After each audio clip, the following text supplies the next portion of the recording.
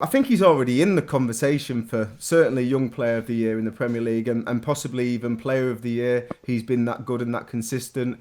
The goals and the assists and the involvements he's starting to have.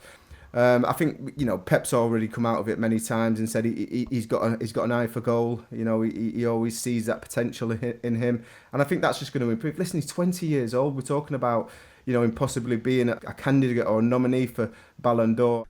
Listen, I love watching Phil Foden at the minute, and I do agree with Trevor Sinclair that potentially down the line he could win a Ballon d'Or. But you know what? I want to say this.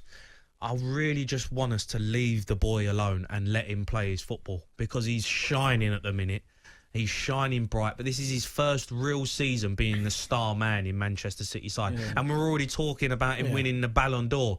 Why in this country do we build players up to just knock them down? You know, if he goes to the Euros and it doesn't quite work out for him, I guarantee you, all the journalists will be on his case saying, no, he's not good enough. Shouldn't have picked him. Southgate, mate, it's too early.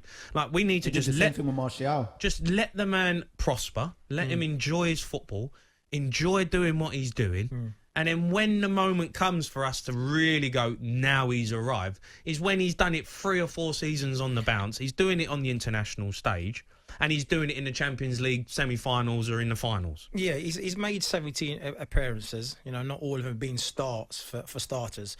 So it's a bit quick to call out them kind of accusations. I disagree with Trevor saying he's a great talent. He's a great talent, but let's not talk about Ballon d'Or yet. Yeah, it's like you said. You're right. Let's see a couple of seasons. Let's see him get on the international stage, do it there as well.